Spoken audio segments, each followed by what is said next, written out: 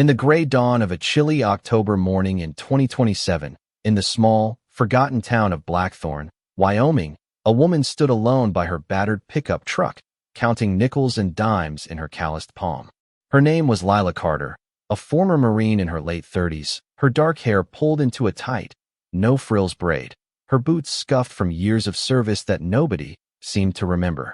The truck wasn't much rusted fenders, a cracked windshield, but it was her lifeline, her only way to the diner job that kept her from sinking completely.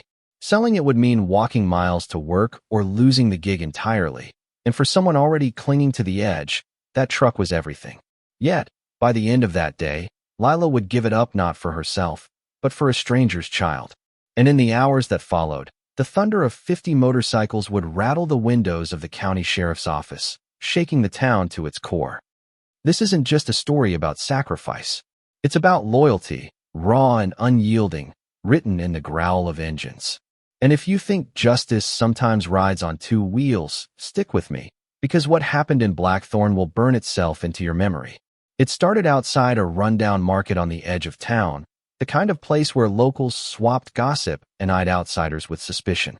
Lila was leaning against her truck, mentally tallying whether she could afford milk and bread, when she noticed a boy, no older than 10, his clothes patched, his face pale as ash. His mother, a woman with hollow eyes, gripped his hand, her voice breaking as she pleaded into a phone. Fragments of her desperation reached Lila's ears. Hospital, no money, no insurance. The boy's breaths came shallow, his small frame trembling. Lila had seen too many kids like him in war zones, their faces etched with fear, waiting for someone to care when no one did. She'd sworn she was done fighting other people's battles, but something about that boy's eyes cracked her resolve. Veterans don't stop fighting when the war ends, they just carry the fight into every choice, every moment, every sacrifice no one notices. Lila crouched down, met the boy's gaze, and made a decision that would cost her everything. She'd sell her truck. Not tomorrow, not when it was easier now. At the used car lot, the dealer raised an eyebrow as Lila slid the keys across the counter. "This your only ride?" he asked, his voice thick with doubt. Lila nodded, her jaw tight, her heart hammering. "I'm sure. Write the check." Her hand trembled as she signed the papers, not just signing away a truck, but surrendering the last anchor in her unraveling life. She walked out with a check for $4,000, her boots heavy on the pavement, and found the boy's mother still pacing outside the market, her phone now silent, her face a map of despair. Lila pressed the check into her hand. The woman froze, her eyes darting between the paper and Lila's weathered face. "I don't even know who you are," she whispered, voice cracking. "Doesn't matter," Lila said softly. "Get your son to the hospital." She turned and walked away, not waiting for thanks, not needing it. Her shoulders squared against the weight of what she'd done, but she had no idea the fire she'd just ignited. Word spreads fast in a town like Blackthorn. By the time the boy's mother reached the ER, whispers were already snaking through the streets. A veteran had sold her only truck to save a kid she didn't know.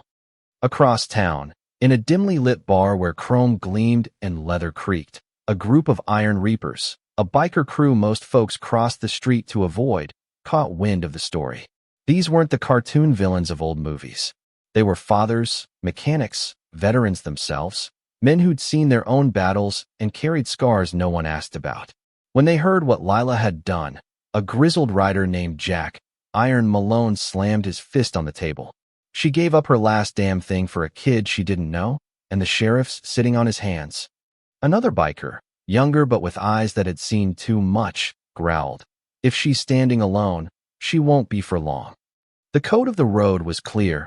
Loyalty answers loyalty. Sacrifice demands brotherhood. To them, Lila's act wasn't weakness, it was a call to arms louder than any war cry.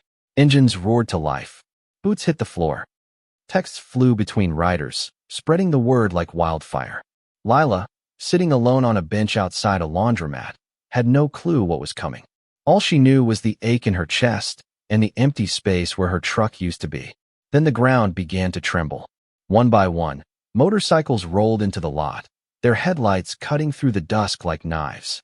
50 riders strong, the Iron Reapers formed a semicircle around her, chrome flashing, exhaust pipes snarling. The lead rider, Jack, pulled off his helmet.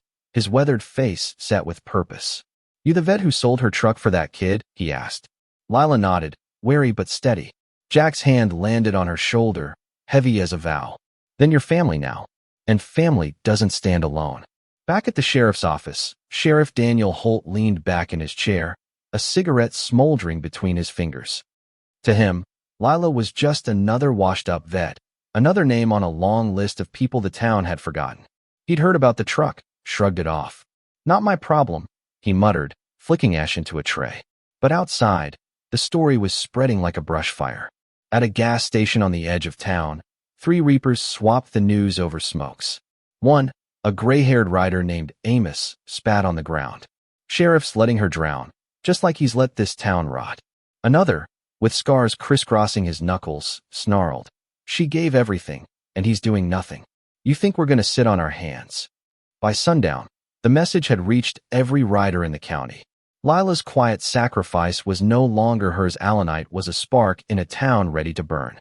The first rumble hit the sheriff's office like a warning shot. Windows rattled, coffee mugs danced on desks. Holt frowned, dismissing it as just another loud night. But his deputy, pale and wide-eyed, burst in. "Sir, you need to see this. Bikes, dozens of them." Holt laughed, a brittle sound. "Let him ride. They always do." But the deputy's voice shook. "Not like this, sir. There's 50, maybe more." Holt stubbed out his cigarette, irritation flashing in his eyes. He had no idea the tide was turning against him. The sound came next, not just noise, but a force. 50 Harley-Davidsons roared into Blackthorn's main square, their engines shaking the earth like a storm rolling in.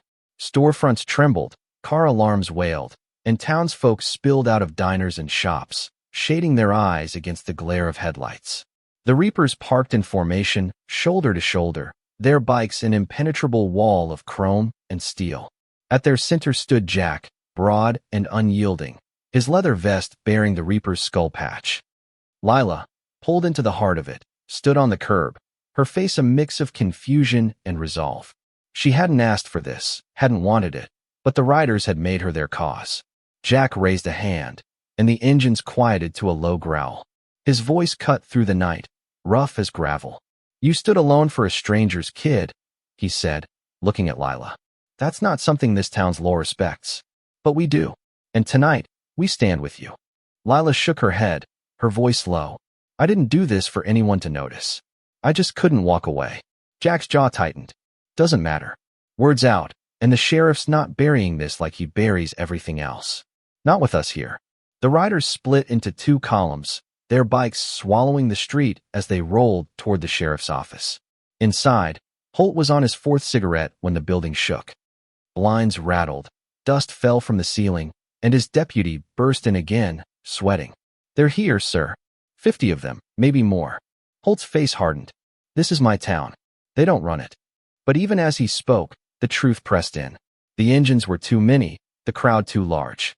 Outside, the reapers' headlights blazed into the office windows, their bikes forming a steel barricade.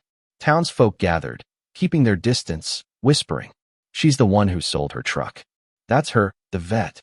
From the crowd, the boy Lila had saved peeked out, clutching his mother's hand, his eyes wide as the reapers turned the street into a scene of reckoning. Jack dismounted, his boots hitting the pavement like hammers. "Sheriff," he bellowed. "Step out. Face her. Face what you've ignored." Holt sneered, lighting another cigarette with shaking hands. "They think they can scare me," he muttered. But when he stepped onto the office steps, the ground seemed to shift. Jack raised a hand, and 50 throttles twisted in unison. The roar was apocalyptic. Windows cracked, car alarms screamed, birds fled into the night. Holt steadied himself against the railing, his cigarette falling from his lips. The sound wasn't just loud, it was judgment, a force that swallowed his authority whole. Lila stepped forward, her voice cutting through the chaos. Not loud, but piercing. "You don't scare them anymore, Sheriff. Not me, not this town, not when the truth's standing right in front of you." Holt's eyes flicked to the boy in the crowd, the child Lila had saved, and something in his face faltered. The engines purred, ready to erupt again. For the first time, Holt wasn't the most powerful man in Blackthorn. The standoff stretched tight, every eye locked on Holt as he descended the steps, his boots clanging against metal. "You think noise changes the law?" he spat. "This is my town, and no biker gang's gonna tell me how to run it." Jack stepped closer, his presence a wall of iron. "You lost this town the moment she gave everything for a kid you ignored. This isn't noise. This is justice." The engines roared again, shaking the square so hard a window in the sheriff's office shattered. The crowd gasped but held their ground, drawn to the moment's gravity. Holt's hand twitched toward his pistol, his deputies tensing, the bikers leaning forward. But Lila moved first, stepping past Jack, her voice steady as steel. "Sheriff, this isn't about outlaws or badges. It's about a child who'd be dead if someone didn't act. And when I did, the people you call criminals stood with me." Her words hit harder than the engines, raw and undeniable. The crowd murmured agreement, heads turning toward Lila, not Holt. Then came the twist no one saw coming. From the back of the formation, a biker with a grizzled beard and a limp pushed forward, his reaper patch faded but proud. He stopped in front of Holt and rolled up his sleeve, revealing a scarred arm lined with burns. "She carried me," he said, his voice rough with memory. 10 years ago, in a desert half a world away, she dragged me out of a kill zone when my squad thought I was done. You call me an outlaw, but she called me worth saving." The crowd gasped, the connection undeniable, not rumor, but living proof. Holt's face darkened, his voice cracking. Old war stories don't change the law. But he was losing them, the crowd, his deputies, his grip on power. Lila's voice cut through again. "I didn't sell my truck to break the law, Sheriff. I sold it to save a child, something you should have done long before me." The boy's mother called out, tears streaming. "She's why my son's alive. You wouldn't even take my call." The accusation landed like a blade, and Holt froze. The crowd's murmurs grew louder, their sympathy shifting. A farmer muttered, "She gave everything." A shopkeeper added, "And he's threatening her for it." Jack pulled a folded photo from his vest, holding it UPA younger Lila in combat fatigues, standing with Marines in a desert outpost. "She's not hiding," he said. "She pulled 3 of us out of hell when the brass wrote us off. I was there. I saw her carry a man twice her weight through mortar fire." Gasps rippled through the crowd. Holt's deputies shifted, uncomfortable. The townsfolk whispered, "She saved bikers. In the war." Jack's gaze swept the square. "She saved Americans. Labels don't matter when bullets fly. She didn't ask who we were, she just made sure we came home." The engines revved, a slow, steady heartbeat echoing Lila's truth. Holt's lips trembled, his cigarette forgotten. His deputies lowered their weapons, one muttering, "Sir, maybe we should stand down." Holt whipped around, fury in his eyes. Stand down to them? They're criminals. But the scarred biker stepped closer. "Outlaws? Maybe. But what does that make you, Sheriff, when a so-called criminal shows more heart than the man sworn to protect this town?" The final roar of 50 engines swallowed the night. Storefronts shook, signs toppled, and Holt staggered, unable to stand against the quake. Then, silence crushing, heavy, the kind that comes before something breaks. Jack spoke softly, his voice carrying like a verdict. "Sheriff, you've lost. This isn't us versus you. It's about one woman who proved more honorable than your entire office. You can cling to that badge and drag this town down, or step aside and let justice breathe." Holt's shoulders sagged, his hand falling from his holster. The defiance drained from his face, leaving something hollow. "Fine," he muttered. "She walks." The crowd erupted not in violence, but in relief. Cheers, claps, shouts of gratitude. The boy's mother collapsed into Lila's arms, sobbing. "You saved my son." Lila didn't smile, didn't gloat. She nodded once, steady, and turned to Jack. He leaned close, his voice low. "You gave everything for us once, and again tonight. That's why we'll always stand with you." Lila's legend was born, not in triumph, but in the quiet courage of a woman who'd given everything for a stranger's child. As the crowd cheered, the Reapers formed a corridor of leather and steel, their engines roaring not as a threat, but a salute. Lila walked through, her steps steady, each biker bowing their head as she passed. At the end, Jack waited, extending a scarred hand. "Your family now," he said. Lila clasped it, her grip firm. "I'm no biker," she replied. Jack's eyes glinted. "You don't need the patch. You ride with us, whether you know it or not." The sheriff's office door slammed shut behind Holt, his power broken. The town stood taller, no longer cowed by his shadow. As Lila faded into the hum of motorcycles, her story was already becoming legenda warning to every corrupt lawman that justice doesn't always wear a badge. Sometimes it rides on two wheels, answering only to loyalty. Lila's sacrifice didn't just save a boy, it reminded Blackthorn that even in silence, courage speaks louder than power. What would you have done in Lila's place? Sold your last lifeline for a stranger, knowing it might break you? Was the sheriff a villain, or just a man too weak to stand for what's right? Should the bikers have backed down, or was their defiance the only way to make the town listen? Drop your thoughts in the comments. Hit like if this story shook you, and subscribe for more tales of grit, loyalty, and justice that roars louder than any engine.